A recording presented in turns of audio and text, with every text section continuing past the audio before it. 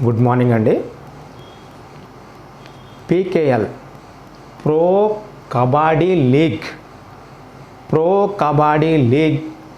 2024 సంవత్సరంలో జరిగినది 11వ season. Pro kabaddi లీగు భారతదేశంలో 2024 సంవత్సరంలో జరిగిన సీజన్ ఎన్నోవది? 11వది. 11వ ప్రో కబడ్డీ లీగ్ వేదిక పూణే, మహారాష్ట్రలో ఉన్న పూణే వేదికగా ఫైనల్ జరిగింది. ఆ ఫైనల్ డిసెంబర్ 29వ తారీఖున పూణే వేదికగా జరిగింది. మొత్తం పీకేఎల్ ప్రో కబడ్డీ లీగ్ 11వ సీజన్ అక్టోబర్ 18వ తారీఖు నుంచి డిసెంబర్ 29వ తారీఖు వరకు పూణే వేదికగా జరిగిన క్రీడలని ప్రో కబడ్డీ లీగ్ అంటారు. ఇవి లీగ్ దశలో జరుగుతూ ఉంటాయి. ఈ విజేత అంటే 2024 11వ సీజన్ ప్రో కబడ్డీ లీగ్ యొక్క విజేత హర్యానా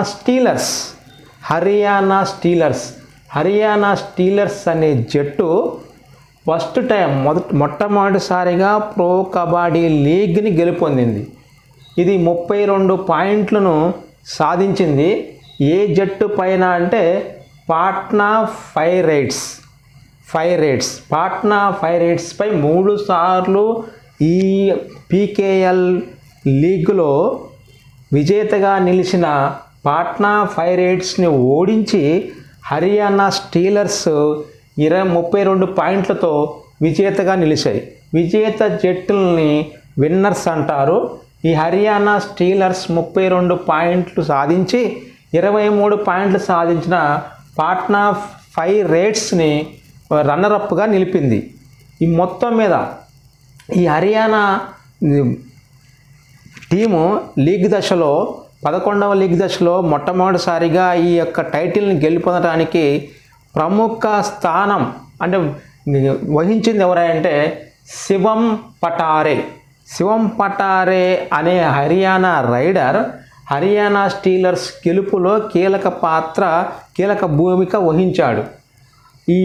అసలుకి ఈ రన్నరప్ పాట్నా పైరేట్స్ విజేత హర్యానా స్టీలర్స్ 2024 సంవత్సరంలో ఇవి విజేతగా రన్నరప్గా ఉంటే అసలు మొట్టమొదటిసారిగా ప్రో కబడ్డీ లీగ్ ఎప్పుడు ప్రారంభమైంది? 2014 సంవత్సరంలో ప్రారంభమైంది.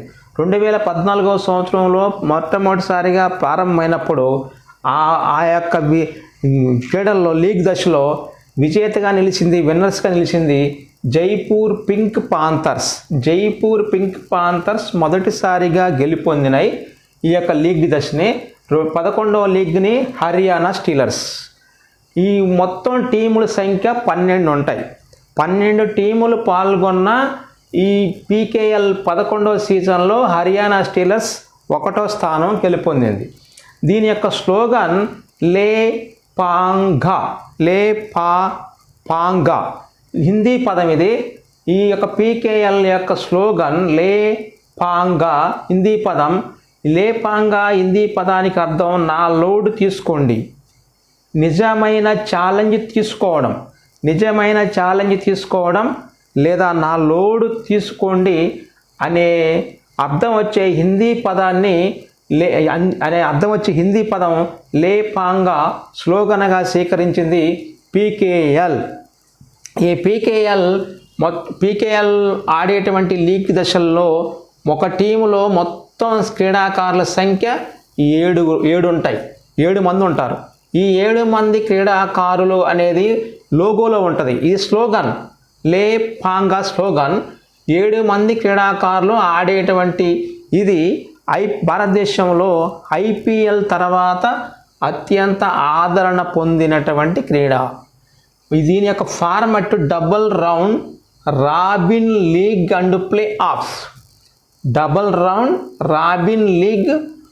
ప్లే ఆఫ్స్ అనే ఫార్మెట్లో 7 సభ్యులు ఉన్నటువంటి ఒక టీము ఏరో టీంతో ఆడుతూ ఉంటుంది. ఇది గతంలో కూడా ఎగ్జామ్లో క్వశ్చన్ అడిగిండు, చిన్న బిట్లు ఒకసారి అడుగుతూ ఉంటాడు.